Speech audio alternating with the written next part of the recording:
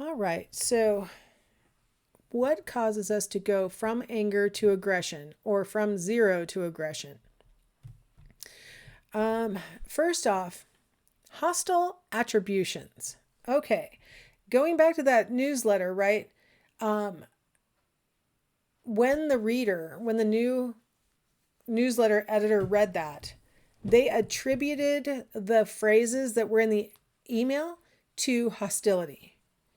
So the recipient of the information felt like it was an attack that was intending to harm the recipient, right? Was trying to make them feel bad or was trying to make them have to admit they were wrong or something.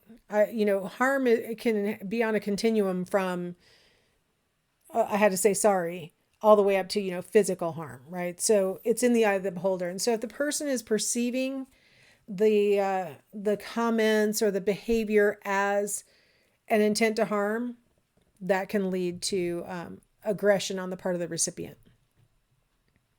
So with chronically aggressive people, and there are some people who have just a tendency to behave aggressively. What they've found is that they tend to perceive other people as against them, even when other people aren't against them.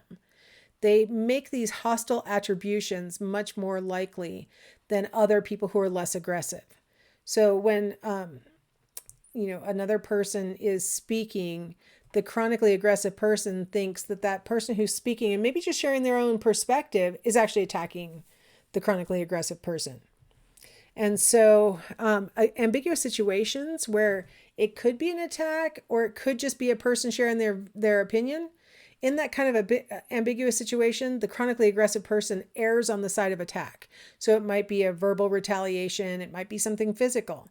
But if they perceive that other people are trying to harm them, the chronically aggressive person, when in doubt, will go for the attack. And that's why they behave much more aggressively than other people who don't have that bias, who maybe see that sometimes a neutral statement is a neutral statement. It's not actually an attack. Okay. My animation's not working, but okay. So now let's talk about schemas. We've talked about schemas practically every chapter, I think. These are those mental hierarchies, remember, for understanding the world. And of course, schemas are going to affect how the person interprets behavior and interprets the situation. It's just sort of like based on all of your experience so far in life, this is what we tend to rely on when, especially in an ambiguous situation. We go ahead and fall back on our schemas and we say, okay, what kinds of things have happened in the past? What did those things mean in the past? Things like that. And then we interpret the current situation through those past experiences. Schemas oftentimes can allow us to dehumanize other people. Dehumanization is when we see another person as sort of a caricature. They're not a fully functioning adult human or a person who has multiple motives or conflicting motives or, sometimes they are nice and sometimes they're not nice. When we dehumanize somebody else, we see them as just sort of this two-dimensional entity, object almost. So when we take away the personhood or the human qualities of another person, it sort of removes that moral requirement that we not harm someone else because this person isn't really a person.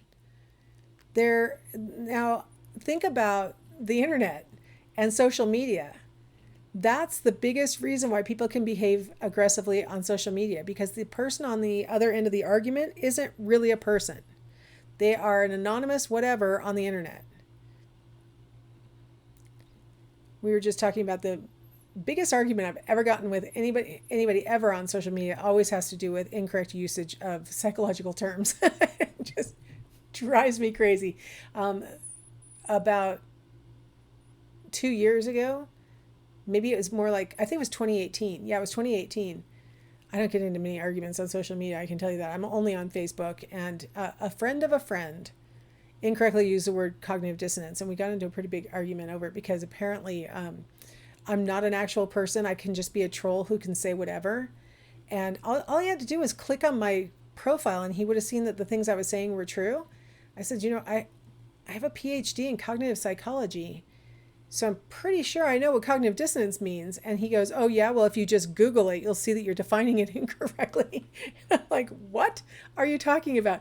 First off, Google's wrong. And second off, if you see that little Wikipedia entry that's below it in the little snip that you put in there, it has it correctly defined. Like, why are you challenging me? Part of why he was able to challenge me is that he was a friend of a friend. He didn't know me from Adam. Like I said, he could have clicked on my profile and seen that according to my profile, the things I'm saying about myself are true. But he didn't. He instead dehumanized me and said, okay, doc, I guess you think you know everything. And I'm like, okay, whatever. I do know this. I will argue with you about this. But we were just talking about that because the idea that I might have just been a troll who made something up hadn't really occurred to me. My daughter told me, well, he probably thought you were just making it up.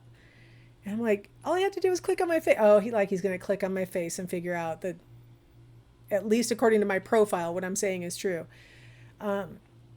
That's why these really venomous arguments happen on social media, because the other person's not really a person. The other person is a two-dimensional creature that I can just argue with. It's really it makes a lot of sense, and it's also why I'm off Facebook now, because those are stupid arguments to get into. I'm not there to educate people on Facebook who don't want to be educated. I'm here to educate you guys, right? Who signed up for this class. Now, here's the thing, is that we can start to include aggression as the correct response into our schema. And then once we have accommodated aggression into our schema, aggression becomes this sort of self-perpetuating go-to response if the situation starts to match our schema for situations that require aggression. And so you can end up with a person biasedly interpreting the current situation in a way that allows them to say, this is the kind of situation where I need to act. And they can end up behaving aggressively in completely ambiguous situations, and situations where the other person might be being actually neutral can lead to aggression. The research has shown that people who are bullies misinterpret neutral faces. They think that neutral facial expressions are expressions of scorn or derision when they are just a neutral face. A person just looking at them is a person who's challenging them. A person who's just looking at them is a person who's actually sneering at them. And so that kind of schema accommodation where aggression is the response to any kind of sign of attack, and a neutral response is a sign of attack, you can see where aggression can become like this self-perpetuating loop. All right. Another cause of aggression would be cultures of honor. These are, I thought I had more into that. These are certain cultures where a lot of times there will be a term like machismo as part of the culture, or cultures where if you bring shame to the family, then we must react with aggressive behavior to the person who has brought shame to the family, things like that. And so cultures of honor can cause aggression towards their own family members or towards the community around the family, things like that. So with cultures of honor, if I don't aggress, then I'm weaker and I'm vulnerable, and my family's weaker and my family's vulnerable. Cultures of honor are much more common in collectivistic societies than they are in individualistic society. In individualistic society, your honor is yours and your family honor is separate. In collectivistic cultures, your honor can be affected by your family, and things that happen with you can affect your family standing in the community. So you can see where aggression may be a reaction when we have to sort of repair what could be harmful to the family. De-individuation, which we talked about in another chapter, can cause contagious violence when you're in crowded situations. And it's all the stuff that I talked about. So I just kind of listed it all here because hopefully you already remember from the previous chapter. But feeling anonymous, diffusing out the responsibility to the crowd. The larger the crowd is, the more likely this stuff is to happen. When you're experiencing a lot of arousal while in the crowd because it's really noisy or you're tired or it's really hot or something like that. And then really, you're in a novel, unstructured situation, which happens a lot in these crowd situations. You're downtown, it's after dark, people have their faces covered, maybe somebody's beating a drum, which is very, sort of warlike, and it can get everybody really aroused and cause them to behave in ways that they wouldn't do, except for that the crowd's doing it. So de-individuation is another really powerful cause of aggression. And I think we've seen that over, the entire year of 2020, these outbursts of violence that happen largely because of de-individuation, right? Really, all the factors are there for de-individuation to lead to contagious violence.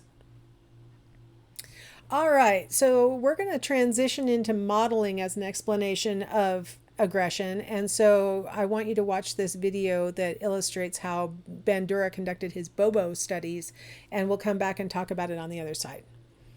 Alrighty.